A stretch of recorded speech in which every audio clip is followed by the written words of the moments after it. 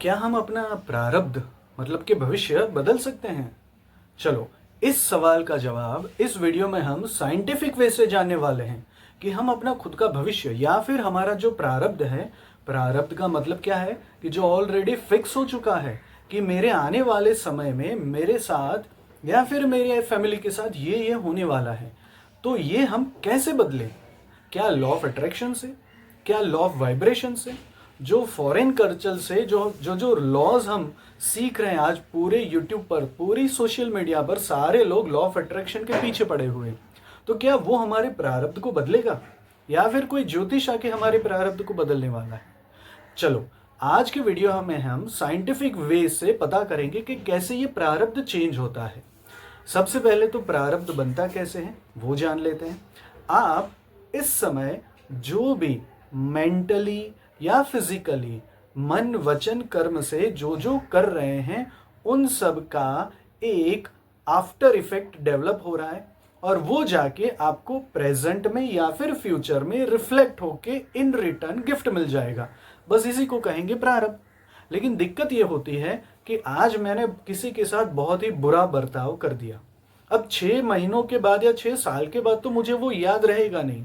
अब वो ही घूम घूम के ये यूनिवर्स मुझे ब्याज के साथ जब गिफ्ट करने वाला है तब तो मुझे याद रहेगा नहीं। और हो सकता है कि वो जरिया बदल जाए, वो इंसान बदल जाए, वो मुझे गिफ्ट करने वाला है। तो मैं उस समय ये सोचने वाला हूं कि भैया मेरे साथ ही बुरा क्यों हुआ। एक्चुअली में मैंने ही किसी और के साथ ये कार्य किया था और वो नेचर मुझे घुमा घुमा घुमा के ब्याज के साथ रिटर्न गिफ्ट कर रहा है। दैट इज कॉल्ड प्रारब्ध। हाँ, इसको अलग अलग डेफिनेशन से आप अलग अलग शब्दों से समझ सकते हैं या किसी को कह सकते हैं, लेकिन इसकी सिंपल डेफिनेशन यही हुई, जैसी करनी वैसी भरनी। तो ये हुआ हमारा प्रारब्ध। अब हमें पता है कि हमने इस लाइफ में क्या क्या अच्छा और क्या क्या बुरा किया है, लेकिन हमने पूर्व जन्मों में क्या किया है वो तो हमें अभी फिजिकली प्रेजेंट मोमेंट पर तो याद नहीं है। और हम कितने जन्मों का देखने जाने वाले हैं, तो फिर हम सब कुछ तो जानेंगे नहीं। अगर एक मेथड है, मैं एज अ पीएलआर थेरापिस्ट हूँ, पास्ट लाइफ रिग्रेशन थेरापिस्ट, तो एक सिस्टम होती है, एक प्रोसेस होती है, मेडिटेशन के जरिए, ध्यान विधि के जरिए या फिर पास्ट लाइफ रिग्रेशन के जरिए आप अपने पूर्व जन्मों को जान भी सकते हैं। पर्टिकुलर इंसिडेंट्स, मेरे साथ ही ऐसा क्यों हो रहा है, उस क्वेश्चन को लेकर आप पास्ट लाइफ में जाके उसी के रीजंस आप पर्टिकुलर जान सकते हैं और उसको हील भी कर सकते हैं। तो जो जो पीएलआर थेरापिस्ट हैं या फिर जिन जिन लोगों ने पीएलआर पास्ट लाइफ रिग्रेशन खुद पर करवाया है वो तो डेफिनेटली इस बात को समझ जाएंगे और मान भी जाएंगे कि हाँ, ये सब कुछ 100% साइंटिफिक है और सही है। लेकिन जो लोग नहीं जानते उनके लिए मैं आज इस वीडियो में बहुत ही डिटेल में साइंस के साथ साइंटिफिक वे से बताने वाला हूं। उससे पहले हम समझ लेते हैं एक श्रीमद् भागवत की, जो आज से 5000 साल पहले श्री कृष्ण महाभारत जो सारा टाइम पीरियड था उसके एक रेफरेंस को मैं आज बताने वाला हूं। सब लोग जानते होंगे कि श्रीमद् भागवत में एक इंसिडेंस आता है गोकर्ण जी का। गोकर्ण जो गाय से उत्पन्न होने वाले मनुष्य जैसे और जिनके कान गौ गाय जैसे थे, उनका नाम है। उनका एक भाई था धुंधुकारी। वो धुंधुकारी बहुत ही पापी था। मतलब आप जिंदगी में जितने सोचोगे उससे भी 100 गुना ज्यादा उसने पाप किए थे उसी लाइफ में। अब आफ्टर डेथ जब उसकी मृत्यु हो गई तब ऑब्वियसली वो हिंदू सनातन वैदिक धर्म के अकॉर्डिंग, उस रूल्स रेगुलेशंस के अकॉर्डिंग उसकी मुक्ति नहीं हो रही थी। तो उसकी प्रेतात्मा इसी डायमेंशन में, अर्थ के डायमेंशन में घूम रही थी, भूत बन के, सिंपल वर्ड्स में। अब वो उनके भाई गोकर्ण के पास आता है और कहता कि मेरी मुक्ति नहीं हुई है। गोकर्ण जी तब सारे डिफरेंट डिफरेंट जो ऋषि महर्षि थे उनसे वो सॉल्यूशन पूछने गए। तब नारद जी ने उनको कहा कि चलो भैया आप श्रीमद् भागवत पारायण करवाओ, जिससे उनकी मुक्ति हो जाएगी। गोकर्ण जी ने अच्छे से ब्राह्मण बुलाए, खुद भी किया, उनके साथ भी करवाया, बहुत लोगों को भी इकट्ठा किया, श्रीमद् भागवत पारायण करवाया। और उस पारायण के फल स्वरूप जो सबसे ज्यादा पापी थे वो धुंधुकारी की मुक्ति होती है। चलो, ये स्टोरी मैंने तो बनाई नहीं है। सनातन वैदिक हिंदू धर्म में श्रीमद् भागवत, जो लाखों की संख्या में श्रीमद् भागवत हो रही है पूरी दुनिया में, उसमें ये रेफरेंस दिया है। मतलब इस स्टोरी से हमें ये कंक्लूजन समझना है कि कितने भी बुरे कर्म क्यों ना कर दिए जाए। अब देखो, ये लॉ ऑफ कर्मा क्या कहता है कि जैसी करनी वैसी भरनी। बुरे काम किए हैं तो बुरा फल मिलेगा, अच्छे कामों का अच्छा मिलेगा। लेकिन ये स्टोरी हमें क्या बता रही है कि आपने कितने भी बुरे कर्म कर लिए, जब आपको रियलाइज हुआ कि मैंने बहुत बुरा कर्म किया है, तो आपके पास एक ऑप्शन बचा है अच्छा होने का और उन कर्मों के फल से बचने का। तो क्या हमें हर कर्म के लिए भागवत का पारायण करवाना पड़ेगा? नहीं नहीं, हाँ, वो तो करवाना ही चाहिए, लेकिन उससे भी कुछ बेटर ऑप्शंस, बेटर तो नहीं कह सकते, सिमिलर ऑप्शंस अवेलेबल होते हैं। वो मैं ऑप्शन आपको एक एक करके बताने वाला हूं। सबसे पहले कि ये रियलाइज करना जरूरी है कि हमने हमारी लाइफ में जो प्रेजेंट स्कैरसिटीज ऑफ हैप्पीनेस, मतलब कि दुख है, फाइनेंशियल प्रॉब्लम्स है, रिलेशनशिप प्रॉब्लम्स है, हेल्थ प्रॉब्लम्स है, कैरियर प्रॉब्लम्स है, मतलब आप जो भी कहो सारे प्रॉब्लम्स है, वो सारे के सारे हमारे खुद के ही कर्मों की वजह से हैं। सबसे पहले तो ये एक्सेप्ट करना है कि मैं आज मेरी लाइफ में जो जो फेस कर रहा हूं, जो जो संघर्ष हो रहे मेरे जीवन में, वो मेरे इस जन्म के या फिर मेरे पूर्व जन्मों के कर्मों के कारण है। ये एक्सेप्टेंस ही सबसे मेन रीजन है या एक स्टेप फॉरवर्ड है अपने सॉल्यूशंस की ओर जाने का। अब बात आती है, अब क्या करें? हमने तो पाप कर दिए, बुरे कर्म कर दिए, लेकिन अब क्या करेंगे? अब इसके एक और एग्जांपल मैं डिटेल में दूं तो आपको रियलाइज होगा कि चलो, इसको भी प्रॉब्लम कहते हैं। कोई एक बच्चा है जिसको पढ़ने में, अब उसकी लाइफ होगी क्या, पेरेंट्स उसको स्कूल में डालेंगे और उससे एक्सपेक्ट करेंगे अच्छी खासी फीस पे करके, चलो फीस हमने पे की है, तुम पढ़ाई करो, अच्छे मार्क्स हमको अपनी जो मार्कशीट होती है, रिपोर्ट कार्ड होता है, उसमें दिखाओ, या फिर खेलो कूदो, अच्छे से हेल्थ रखो, खाना खाओ, मजे करो, बस यही एक्सपेक्टेशन है बच्चों से। अब वो बच्चा जब हेल्थ वाइज या फिर स्टडी वाइज कहीं जगह वो लैगिंग कर रहा है दूसरे बच्चों से, पढ़ाई में अच्छा नहीं है, उसकी हेल्थ अच्छी नहीं है, बार बार वो बीमार होने लगा है, या उसका बिहेवियर अपने माता पिता से, फ्रेंड्स से, दादा दादी, नाना नानी से अच्छा नहीं है, तब जाके पेरेंट्स को, उनके रिलेटिव्स को या फिर टीचर्स को लगेगा कि इस बच्चे में कुछ प्रॉब्लम है, या फिर वो खुद परेशान होंगे या बच्चा परेशान हो गया। तो ये एक प्रॉब्लम हुआ जिसको हम डेफिनेशन के अकॉर्डिंग नाम दे देते हैं दुख माता पिता के लिए। कोई बंदा है जिसको जॉब नहीं मिल रही, जिसका बिजनेस सेट नहीं हो रहा, जिसको फाइनेंशियल प्रॉब्लम्स बहुत सारे हैं, उसकी फैमिली अच्छी खासी है, रिलेशन सबसे अच्छे हैं, लेकिन उसकी जो मंथली इनकम रेगुलर होनी चाहिए वो नहीं हो रही, तो उसको एक सामाजिक डेफिनेशन के अकॉर्डिंग कहेंगे उसको पैसों का दुख है। कोई इंसान बहुत हेल्थ वाइज बीमार हो रहा है, एक्सीडेंट बार बार हो रहा है, उसके बहुत सारे ऑपरेशंस हो रहे हैं, वो हेल्दी फील नहीं कर रहा, तो उसके लिए डेफिनेशन हो गई हेल्थ का दुख, उसका स्वास्थ्य बहुत ही खराब रहता है। तो ऐसे हजारों लिस्ट है दुखों के, लेकिन सबका सॉल्यूशन क्या? अब हम बात करेंगे, हमने प्रॉब्लम्स की बहुत सारी एक पिक्चर क्रिएट कर लिया कि चलो इन सबको प्रॉब्लम्स कहते हैं, और शायद इन सब में भी आपका दुख आ गया है, या इसके अलावा भी इसके रिलेटेड ही कोई होगा, और तो कुछ हो नहीं सकता। अब सॉल्यूशन की ओर हम चलते हैं। सॉल्यूशन का मतलब यह है, जो अभी मैंने धुंधुकारी और गोकर्ण की स्टोरी आपको बताई। शुकदेव जी ने राजा परीक्षित को ये श्रीमद् भागवत 7 दिनों में सिखाई है, मतलब ये फुल्ली ऑथेंटिकेट है। अब इसमें से बहुत सारे हमें ऑप्शंस बताए गए हैं जिससे आप अपना प्रारब्ध कहो या भविष्य कहो उसको चेंज कर सकते हैं। फॉर एग्जाम्पल, आप किसी ज्योतिष के पास चले जाओ, अगर वो कुछ प्रॉब्लम्स आपको सजेस्ट करता है कि आपकी लाइफ में ऐसा ऐसा होने वाला है, तो उसके सॉल्यूशन भी वो बताता है। लाल किताब देख लो, जो कि ऐसे ही आपके भविष्य बताता है, और उसमें सॉल्यूशंस दिए जाते हैं, और वो सॉल्यूशंस भी कैसे होते हैं। फॉर एग्जाम्पल, आप पक्षियों को कुछ दाने हर रोज डाला करिए, या कोई कहेगा चींटियों को गुड़ की कोई सामग्री हो, कुछ चीजें खिलाया करो, या मछलियों को जाके किसी तालाब में जाके कुछ खिलाओ। मतलब ये जो सिस्टम होती है वो अपना बुरा प्रारब्ध इन सब में बांटने के लिए होती है। अब आप बिलीव तो करोगे नहीं, क्योंकि हमारा जो दिमाग है वो वेस्टर्न कल्चर की वजह से प्रूफ फाइंडिंग हो चुका है कि भैया चलो आपने कहा, उसका प्रूफ क्या।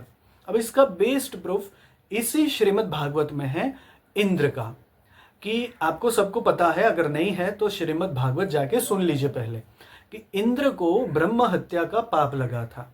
अब वृत्तासुर नाम का जो असुर था उसको मारने की वजह से उसको ब्रह्म हत्या का पाप लगा। अब सबसे बड़ा जो पाप माना जाएगा वो है ब्रह्म हत्या, किसी ब्राह्मण की हत्या कर देना। अब उसकी हत्या की वजह से अगेन लॉ ऑफ कर्मा कहेगा कि बुरा कर्म किया तो बुरे फल को आपको भुगतना पड़ेगा, तो ये भुगतने से उसको बचना था। अब वो जाते हैं अपने गुरु बृहस्पति के पास। बृहस्पति ने उनको एक यज्ञ करवाया और यज्ञ में एक सॉल्यूशन मिला कि आपके पास जो ब्रह्म हत्या है वो चलो आपको नहीं रखना है, तो आपके पास ऑप्शन होता है, आप उसको टोटली नलीफाई तो नहीं कर सकते, लेकिन आप किसी और को वो डोनेट कर सकते हैं। सिंपल टर्म्स में कहेंगे, मुझे प्रॉब्लम आया, मुझे अच्छा नहीं लगा, मैंने किसी और को दे दिया। तो इंद्र ने क्या किया, वो चार जो अपना ब्रह्म हत्या का पाप था उसको चार भागों में बांट दिया। अब एक भाग जो दिया वो है पानी को, मतलब के समंदर को, जिसके फलस्वरूप समंदर के जो किनारे होते हैं उस पर सफेद झाग बनता है।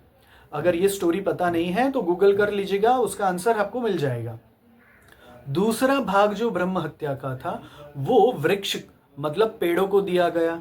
इसका मतलब है कि जो गोंद पेड़ों में निकलता है वो इंद्र की जो चौथाई भाग है पाप की, वो उसके फल स्वरूप है।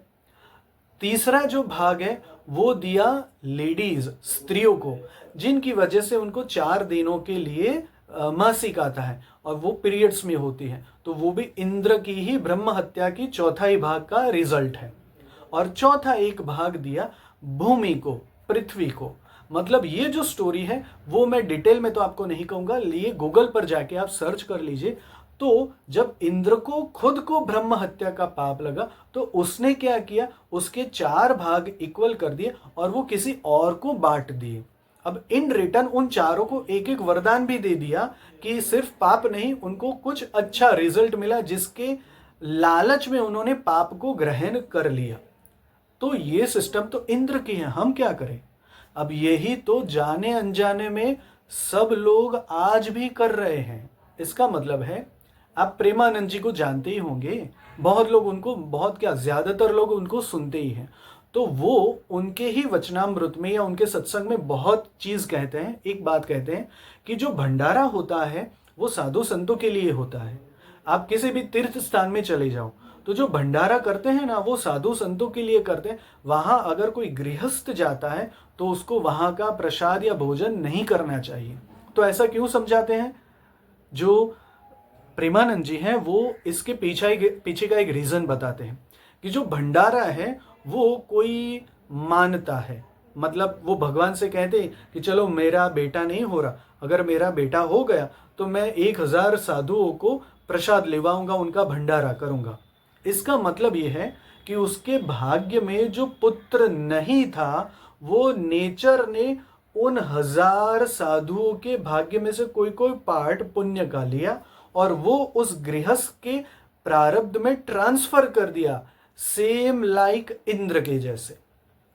अब जो 1000 साधु जो प्रसाद ग्रहण करने वाले हैं इस गृहस्थ के पैसों से, वो जो गृहस्थ जो जिन जिन लोगों को ये भंडारा में भोजन करवाएगा और जो भोजन करने वाले हैं उन सबके भाग्य में या फिर प्रारब्ध में से कुछ कुछ पॉजिटिव पार्ट, मतलब कि पुण्य जाएगा उस गृहस्थ के भाग्य में, और वो गृहस्थ के भाग्य में से उसका पुत्र जन्म लेने वाला है। तो ये पूरी जो सिस्टम है ये यूनिवर्स खुद डिजाइन करता है और इसी के बहुत सारे ऑप्शंस श्रीमद् भागवत में बताए जाते हैं। अगर आप ऐसे साधु संतों को सुनते हैं तो ऐसे बहुत सारे रेफरेंस विद साइंटिफिक वेज उनके सत्संग में, उनके वचनामृत में आपको सुनने मिलेंगे। तो जब कोई इंसान अपने बुरे कर्मों को बांटना चाहता है लेकिन सामने वाला तो एक्सेप्ट करने नहीं वाला, तब होता क्या है, वो कैसे काम करता है? तो चलो ये जो गृहस्थ है वो डिसाइड करेगा कि चलो मेरे घर बेटा हुआ तो फिर मैं ऐसा काम करूँगा, तो वो जो पॉजिटिव पोर्शन है वो पहले से इसके खाते में अलॉट हो जाता है। मान लो आपने किसी बैंक से लोन ले ली, तो देखो आप तो पैसे पहले देते नहीं है, पहले बैंक लोन लेती है, फिर आप क्या करेंगे, ईएमआईज भरते भरते वो लोन जो है वो कंप्लीट करेंगे। सेम वे हमारे पास पुण्य तो है नहीं, लेकिन हम ऐसे ऑप्शंस को यूज करके यूनिवर्स से पहले से ही कोई बड़ा सा पुण्य का जो स्टॉक है वो अपने प्रारब्ध में लिखवा लेते हैं एज अ लोन, और फिर हम क्या करेंगे, ईएमआईज पे करेंगे भंडारा करके। तो ये पूरी यूनिवर्स की सिस्टम हुई। मतलब ये है कि आपके पास जो चीज की कमी है वो चीज आपके किसी बुरे कर्मों की वजह से नेचर ने आपके पास से वापस ले ली है। तो क्या हमें हर एक प्रॉब्लम के लिए भंडारा कर देना है? नहीं, मैं ऐसा नहीं कह रहा। मैंने तो ये आपको एक साइंटिफिक वे से पूरा एक ऑप्शन समझाया। हमें करना क्या होता है, सबसे पहले हमें आइडेंटिफाई करना है कि मेरी जिंदगी में ये मेरा परफेक्ट प्रॉब्लम है। अब उसके सॉल्यूशन के लिए चलो मुझे कुछ भंडारा कर भी देना है, लेकिन इतने पैसे ही नहीं है कि मैं भंडारा कर पाऊं। तो फिर क्या करना है, हमारा जो कर्म जो चित्रगुप्त डिसाइड करता है या फिर लिखता है वो 3 तरीके का होता है, मन, वचन और कर्म। कर्म मतलब क्रिया। सबसे पहले मन, तो आप अच्छा कर नहीं सकते, अच्छा सोच तो सकते हैं ना। तो सबसे पहले आपको अपने लिए नहीं, लॉ ऑफ शेयरिंग या फिर दान की विधि जो ये कहती है कि आप किसी और के लिए अच्छा सोचना शुरू कर दीजिए। मान लो आपके पास पैसे नहीं है, आपकी जिंदगी में पैसों का दुख है, तो फिर आप एटलीस्ट ये सोचना शुरू कर दीजिए कि आपके आसपास रहने वाले या जो गरीब लोग हैं उनको मेंटली पैसे देना स्टार्ट कर दीजिए। आप विजुलाइज करिए, इमेजिन करिए कि आप घूम रहे हैं, रास्ते पर से जा रहे हैं और जितने भी आपसे ज्यादा गरीब हैं उनको आप पैसे बांट रहे हैं। बांटने का तो कोई प्रॉब्लम है नहीं, जेब में से नहीं देने, मन से देने हैं। तो आपका ये मानसिक कर्म डिसाइड हो जाता है। चित्रगुप्त जो है वो हमारे 3 तरह के कर्मों का फल डिसाइड कर देता है। मानसिक कर्म, वाचिक कर्म, वाचिक मतलब बोल के करना, और कार्मिक मतलब जो हमारी एक्शंस होती हैं वो। तो इन तीनों के रिजल्ट्स मिलते हैं हमें। तो बस इन तीनों से आपकी लाइफ में जो जो प्रॉब्लम्स है उनका शेयरिंग पॉजिटिव वे में, और नीडी पर्सन है जिसको जरूरत है, जरूरतमंद लोगों को वो चीजें देना शुरू कर दीजिए।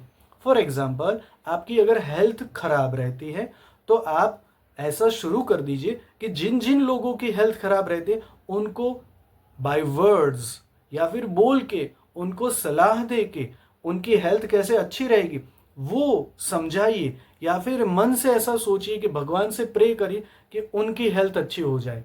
इन रिटर्न क्या होता है, ये यूनिवर्स जैसे लॉ ऑफ कर्मा है उसी तरह से इस लॉ का घुमा घुमा के, और वो भी ब्याज के साथ आपको रिटर्न दे देता है।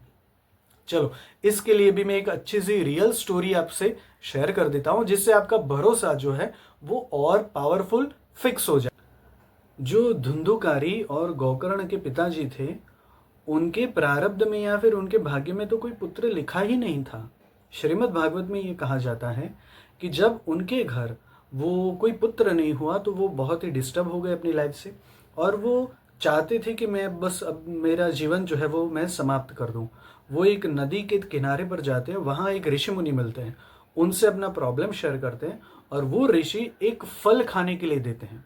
उन्होंने कहा कि ये फल लेकर अपनी बीवी को दे देना, वो खा जाएगी तो आपके घर में एक अच्छा सा भगवत भक्त पुत्र जन्म लेगा।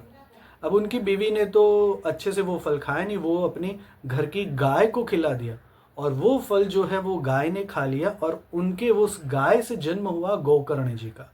मतलब देखो, हमें इस स्टोरी से ये कंक्लूजन को समझना है कि जो गोकर्ण के पिताजी थे उनके प्रारब्ध में पुत्र था ही नहीं, लेकिन उस ऋषि की कन्विंसिंग से उस ऋषि को प्रे की, और उस ऋषि ने मान लिया कि चलो मैं आपको आशीर्वाद देता हूं। उसका मतलब क्या होता है कि वो ऋषि अपने पुण्य फल में से कुछ भाग इस गोकर्ण के पिता के प्रारब्ध में या फिर भाग्य में वो ट्रांसफर कर रहा है। बस यही चीजें हमें समझनी है। इसी को हम लॉ ऑफ शेयरिंग कह लो, लॉ ऑफ गिविंग कह लो, या हमारे ही सनातन धर्म की दान की विधि को कह लो। मतलब ये दान की विधि जो है वो इतनी साइंटिफिक है कि जिससे हमारे जो प्रारब्ध या फिर नेगेटिव कॉजेस हैं हमारी इस लाइफ के, वो लिटरली चेंज हो जाते हैं। अगर हम हमारी लाइफ में जो जो प्रॉब्लम्स फेस कर रहे हैं, जिन जिन चीज़ों में, जिन जिन फेज में हम संघर्ष कर रहे हैं, उन फेजेस के अकॉर्डिंग आप शेयरिंग या फिर गिविंग करना या फिर दान देना शुरू कर दीजिए। कोई भी चीज़, जो भी नीडी पर्सन है उसको देना स्टार्ट कर देंगे। अब इसी चीज़ को हम लॉ ऑफ अट्रैक्शन से समझते हैं। लॉ ऑफ अट्रैक्शन क्या कहता है? आप जैसा सोचते हैं वैसे ही इमोशंस, वैसे ही सिचुएशंस, वैसे ही चीज़ें आपकी लाइफ में अट्रैक्ट होना शुरू हो जाती हैं। मतलब आप अच्छा सोचेंगे तो आपकी लाइफ में अच्छी चीज़ें आएंगी। बुरी चीज़ों का सोचना, मतलब बुरे इंसिडेंट्स आपकी लाइफ में आप खुद बिल्ड करना स्टार्ट कर देते हैं। ये लॉ ऑफ अट्रैक्शन बहुत ही फेमस लॉ है। यूट्यूब पर जाकर आप इसको जान सकते हैं, देख सकते हैं। वो भी एक अच्छा है, मैनिफेस्टेशन का पूरा साइंस है। लेकिन वो लॉ ऑफ कर्मा से कैसे मिलजुल करता है? लॉ ऑफ कर्मा ये कहेगा कि जैसी करनी वैसी भरनी। लॉ ऑफ अट्रैक्शन ये कहता है आप जो सोचते हैं वो आपको मिलने लगता है, वही आप लाइफ में अट्रैक्ट करने लगते हैं। अब लॉ ऑफ शेयरिंग क्या कहेगा कि आप जिस चीज को दे रहे हैं, यूनिवर्स उसी को ब्याज सहित आपकी लाइफ में वो वापस लाता है।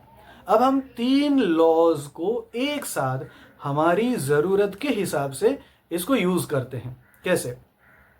लॉ ऑफ कर्मा, हमने अपने पूर्व जन्मों में या पुराने इसी लाइफ के पुराने दिनों में कुछ गलत काम कर दिए हैं, जो याद है भी और कुछ याद नहीं भी है।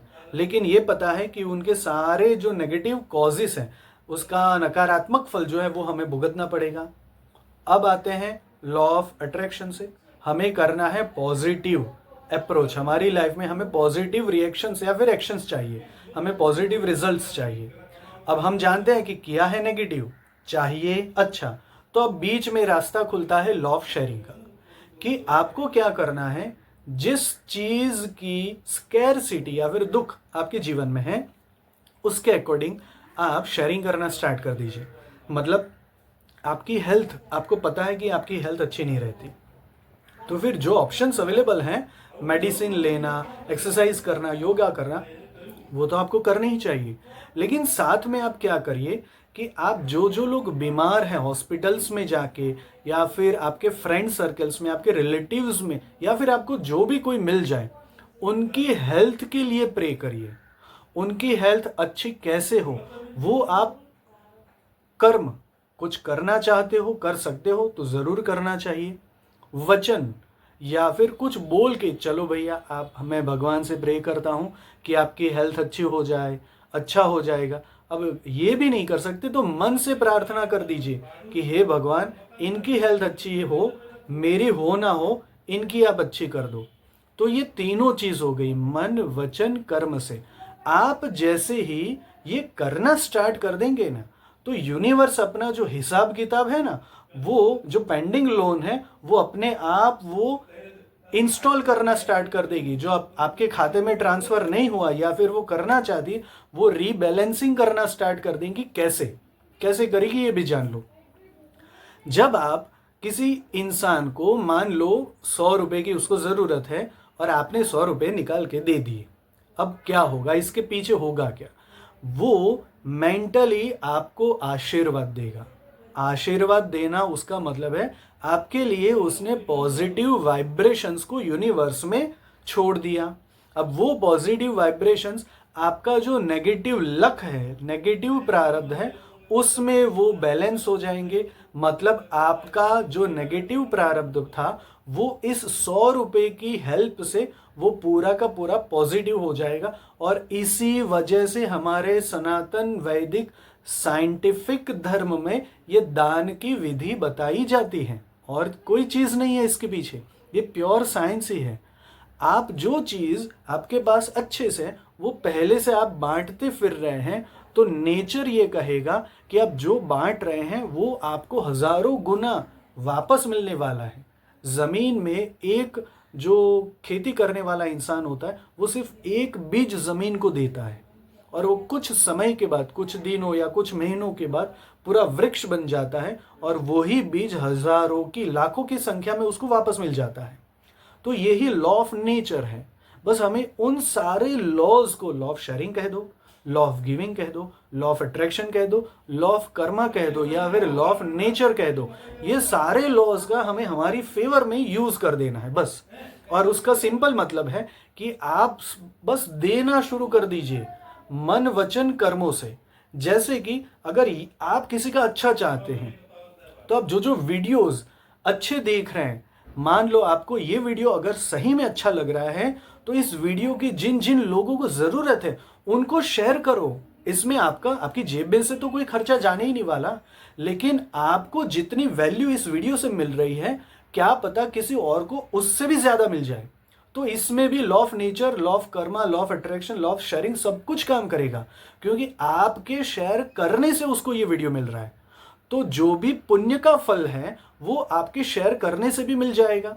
जैसे एक इंसान को सिर्फ कह देने से कि भैया उस जगह पर जाने से आपको आपका जो गोल है वो मिल जाएगा, तो उसको सेटिस्फेक्शन मिल जाएगा। अगर कोई इंसान, उसके पास एड्रेस नहीं है, किसी अननोन प्लेस पर जा रहा है तो वो पूछता फिर रहा है कि ये कहाँ है, अब वहाँ का जो कोई इंसान है उसको एड्रेस बता देगा तो उसको कितनी शांति मिलती है। बस ऐसे ही काम करता है ये सब कुछ। तो ये वीडियो भी अगर आपको वैल्यू दे रहा है, आपको कुछ अच्छा मैसेज मिल रहा है, तो आप भी इसको शेयर करके मुफ्त में पॉजिटिव रिजल्ट अगर मिल रहा है तो पा लीजिए। चलो और डीप हम समझते हैं। शायद आपको पता होगा ये एम्पलीट्यूड मॉड्यूलेशन और फ्रीक्वेंसी मॉड्यूलेशन होता क्या है। रेडियो स्टेशंस जो होते हैं, विविध भारती सबने नाम सुना होगा, या फिर रेडियो मिर्ची, रेडियो सिटी, जो सिटी वाइज रेडियो स्टेशंस होते हैं, वो जो आरजे है वो अपने स्टूडियो में माइक में कुछ भी बातें करते रहता है, कोई सॉन्ग्स प्ले करवाता है, तो वो जो सिग्नल है वो अपने माइक के जरिए उसका जो ट्रांसमीटर है उस स्टूडियो का, वहां से वो ट्रांसमिट करेगा और सिटी में जिन जिन के पास वो रिसीवर होगा और वो रिसीवर के साथ वो पर्टिकुलर ट्यूनिंग होगा उस फ्रीक्वेंसी का, वो ही सिग्नल उस ट्यूनिंग के जरिए वो रिसीव करके सुनेगा। बस यही पूरी प्रोसेस हमारे इस कार्मिक सिद्धांत में या फिर लॉ ऑफ अट्रैक्शन में या लॉ ऑफ शेयरिंग में फॉलो हो रही है और नेचर ही इसको फॉलो करवाता है। और ये कंप्लीट साइंटिफिक रिसर्च से प्रूव हो चुका है। हजारों साइंटिस्ट ने ये कह दिया है कि ये जो पूरा यूनिवर्स है वो सिर्फ और सिर्फ एनर्जी है। अगर आपने जाना नहीं है तो आप उस रिसर्च तक या फिर वो इंफॉर्मेशन आप तक नहीं पहुंची है, नहीं पहुंची, इसका मतलब ये नहीं कि ये गलत हो जाता है। आपका जानने का वो पोर्शन अभी बाकी है, तो जान लेना। अब आते हैं वापस उस मॉड्यूलेशन पर। तो फ्रीक्वेंसी मॉड्यूलेशन और एम्पलीट्यूड मॉड्यूलेशन ये दो तरह के ट्रांसमिटिंग सिस्टम्स होती हैं। जब वो आरजे अपने स्टूडियो में या फिर कोई टीवी न्यूज चैनल ले लीजिए, जब वो अपने स्टूडियो में वो न्यूज रिकॉर्डिंग करते हैं तो वो माइक के जरिए जो ऑडिबल फ्रीक्वेंसी है, जो हमारी ह्यूमन रेंज है, वो 20 हर्ट्ज से 20,000 हर्ट्ज तक की होती है। मतलब हम इंसान इस दो फ्रीक्वेंसी के बीच की सारी फ्रीक्वेंसी को सुन सकते हैं, 20 हर्ट्ज से 20,000 हर्ट्ज तक। अब ये हुआ हमारा सिग्नल, उसको एक शहर से दूसरे शहर तक हवा में ट्रांसमिट करना है, तो उसके लिए ये फ्रीक्वेंसी नहीं चलती, उसके लिए हायर फ्रीक्वेंसीज की जरूरत रहती है। मान लो मेगाहर्ट्ज में जो रेडियो सिग्नल्स होते हैं वो मेगाहर्ट्ज में होते हैं। आप अपना मोबाइल ऑन करके रेडियो रेंज चेक कर लीजिए, जो रेडियो सिटी या फिर विविध भारती रेंज आपका मोबाइल रिसीव करता है वो होती है 88 मेगाहर्ट्ज से 108 मेगाहर्ट्ज। इन दो फ्रीक्वेंसीज के बीच के सारे रेडियो सिग्नल हमारा मोबाइल रिसीव कर सकता है। ये बात हुई रेडियो सिग्नल्स की। वैसे ही ये टीवी न्यूज जो होते हैं या फिर टीवी चैनल्स होती है वो इससे हायर मेगाहर्ट्ज वाली फ्रीक्वेंसी को यूज करके ट्रांसमिशन और रिसीवर का काम करते हैं। मान लो कोई एक चैनल अपने प्रोग्राम को अपने स्टूडियो से ट्रांसमिट करेगी, तो उसके लिए हमारी ऑडियो फ्रीक्वेंसी जो कि 20,000 हर्ट्ज तक की थी, वो लेकर एक कैरियर फ्रीक्वेंसी होती है जो मेगाहर्ट्ज में होती है। वो कैरियर फ्रीक्वेंसी हमारे ऑडियो सिग्नल को मिक्स करके, मर्ज करके, मतलब मॉड्यूलेट करके किसी और जगह पर ट्रांसमिट करके लेकर जाती है। अब वो सामने वाला रिसीवर वही पर्टिकुलर चैनल को ट्यून करेगा। मतलब मुझे विविध भारती सुनना है तो विविध भारती की जो पर्टिकुलर फ्रीक्वेंसी है वो मुझे ट्यून करनी पड़ेगी। अगर मुझे आज तक चैनल देखनी है तो मेरे रिमोट से आज तक की स्विच ऑन करनी पड़ेगी। जिस नंबर पर आज तक आता है मैंने वो स्विच प्रेस करके उस फ्रीक्वेंसी को ट्यून कर दिया। जैसे ही वो फ्रीक्वेंसी ट्यून होगी सेम फ्रीक्वेंसी वाले सिग्नल्स रिसीव होके मुझे टीवी स्क्रीन पर दिखाई देंगे। ये सिंपल प्रोसेस होती है। मतलब आपको वो हैप्पीनेस ट्यून करने के लिए वो हैप्पीनेस वाले मोड में उस फ्रीक्वेंसी के लिए उस फ्रीक्वेंसी को अपने मेंटल स्टेट से रिसीविंग मोड में स्टार्ट करना होगा। और वो होता कैसे? बस वो स्टार्टिंग करने का जरिया है लॉ ऑफ शेयरिंग या फिर दान करने की प्रक्रिया। मतलब जिस चीज की सबसे ज्यादा आपको जरूरत है, मान लो वो ही चीज आपके कुदरत ने आपसे छीन ली है, तभी आपको जरूरत रहेगी। अब वो चीज आप पाना चाहते हैं तो कुदरत के पास तो सारी चीजें, सारे इमोशंस इनफाइनाइट लेवल तक के हैं, फुल स्टॉक है कुदरत के पास। अब हमें वो रिसीवर स्टार्ट करना है, हमें वो रिसीवर बनना है। वो रिसीवर बनने के लिए हमें वो फ्रीक्वेंसी को ट्यून करना पड़ेगा। सिंपल। वो फ्रीक्वेंसी को ट्यून करने का सबसे इजी अगर कोई रास्ता है तो वो है लॉ ऑफ शेयरिंग या फिर लॉ ऑफ गिविंग, या हमारे हिंदू सनातन धर्म के अकॉर्डिंग कहे तो दान की विधि। तो दान करने के लिए जैसे ही मैं किसी फाइनेंशियल नीड वाले पर्सन को मैं पैसे दे रहा हूं, इसका मतलब क्या हुआ कि मैं उस इमोशन को फील कर पाऊंगा कि जिस इंसान को जरूरत है उससे ज्यादा तो मेरे पास है ही, तभी मैं उसको देने के लिए कार्यशील बन जाऊंगा। मतलब मैंने क्या किया, उस स्टेट को एक्सेस करना स्टार्ट कर दिया कि उससे ज्यादा मेरे पास पैसे हैं।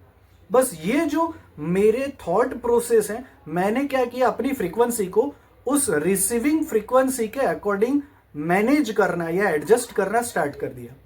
वैसे ही जैसे ही उस रिसीवर फ्रीक्वेंसी की या नेचुरल फ्रीक्वेंसी की लाइनिंग में मेरी फ्रीक्वेंसी मैच हो गई, वैसे ही उसका फ्लो भी, मतलब वो सिग्नल आना, मेरे में इंस्टॉल होना, रिसीव होना स्टार्ट हो जाएगा। अपने आप मेरे जो लॉ ऑफ कर्मास है वो शिफ्ट होना, रीबैलेंस होना स्टार्ट हो जाएंगे। आप कोई भी मैनिफेस्टेशन प्रोग्राम, मैनिफेस्टेशन सेशन सुन लीजिए, सब में कुल मिला के यही होता है कि आप अपना जो थॉट प्रोसेस है वो चेंज करिए।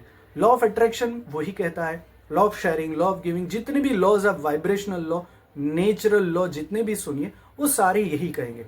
मतलब आप जितना ज्यादा देंगे उतने थॉट प्रोसेस, उतनी थिंकिंग प्रोसेस, उतने वाइब्रेशंस, उतनी फ्रीक्वेंसीज अपने ब्रेन में से यूनिवर्स में ट्रांसमिट करना स्टार्ट कर देंगे। तो उस फ्रीक्वेंसी के जितने भी सिग्नल्स यूनिवर्स के पास है वो सारे के सारे हैप्पीनेस, अपॉर्चुनिटीज के सिग्नल आपके ब्रेन में इंस्टॉल करना, रिसीव करना, ट्रांसमिट करना स्टार्ट कर देगा। बस ये सबसे शॉर्टकट, सबसे इजी जो हम इंप्लीमेंट कर सकते वो रास्ता है जिससे हमारे प्रारब्ध तक शिफ्ट हो जाते हैं, चेंज हो जाते हैं, जिसको हम अगर कोई बुरा कर्म फल है तो उसको मिनिमाइज कर सकते हैं। हाँ, एक बात है कि सर सिर्फ एक बार आपने कर दिया तो आपको इंस्टेंट रिजल्ट मिल गया, ये हो भी सकता है, नहीं भी हो सकता है। ये डिपेंड करेगा आपकी इंटेंसिटी कितनी है।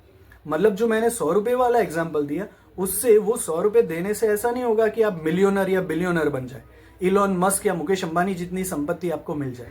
लेकिन आपका जो फाइनेंशियल कार्मिक ब्लॉकेज था वो हील होना स्टार्ट हो गया। आपने उस डायरेक्शन में एक स्टेप फॉरवर्ड ले लिया जिससे आपका वो मेंटल ब्लॉकेज या फिर जो कार्मिक ब्लॉक है वो हील होगा, वो क्योर होगा, वो रीबैलेंस होगा। क्योंकि इस बार शेयरिंग में सिर्फ हम अकेले मैनिफेस्ट नहीं कर रहे, हमने जिसको दिया ना वो भी हमारे लिए मैनिफेस्ट करने लगता है। सिंपल, जिसको आशीर्वाद कहते हैं। तो आशीर्वाद का मतलब ही ये है कि मेरा गोल मैं तो मैनिफेस्ट कर ही रहा हूं, लेकिन मेरे साथ भी मैंने जिन जिन लोगों को सर्विस दी है, मैंने जिन जिन लोगों की हेल्प की है, वो भी डायरेक्टली या इनडायरेक्ट वे में मेरे लिए मैनिफेस्टेशन स्टार्ट कर देते हैं। तो ये क्या हुआ, एक तीर दो निशान। सब लोग, मैंने जिन जिन लोगों को जिस जिस फील्ड के लिए मैंने हेल्प की है वो क्या करते हैं, अपने आप पीस और हैप्पीनेस फील करना स्टार्ट कर देते हैं। वो हैप्पीनेस हमसे कनेक्ट हो जाती है क्योंकि हमने ही उनको चीज हेल्प करने के लिए या उनका कोई दुख कम करने के लिए दी थी। तो वो जो रूट कॉज बन जाता है वो हेल्पिंग का, वो हमारा है। तो जो पूरा नेचर है वो पूरा बैलेंस हमारे भाग्य में, हमारे कर्मों में करने लगता है। ऐसे हमारा प्रारब्ध जो है वो साइंटिफिकली या फिर किसी भी धर्मशास्त्र के अकॉर्डिंग चेंज होने लगता है और हमारा जो ब्लॉकेजेस होते हैं हमारी लाइफ में, जो जो प्रॉब्लम्स होते हैं, वो ऐसे ही हील होना, सॉल्व होना स्टार्ट हो जाते हैं। तो मित्रों, ऐसे ही वीडियोस को देखने के लिए, जानने के लिए इस YouTube चैनल को सब्सक्राइब करिए और ऐसे वीडियोस को लाइक करिए और हो सके उतना ज्यादा से ज्यादा शेयर करिए ताकि इस कॉन्सेप्ट का आपको इस शेयरिंग के जरिए सबसे ज्यादा मदद मिले, हेल्प मिले और आपको जो वीडियो जिस पर्सन ने भेजा है उसके भी कोई ना कोई ब्लॉकेजेस होंगे, वो अपने आप ये नेचर के हिसाब से, ये जो मैंने साइंस बताया उसके हिसाब से उसका भी रिबैलेंस होगा जैसे आपका होने वाला है। थैंक यू, फिर मिलेंगे।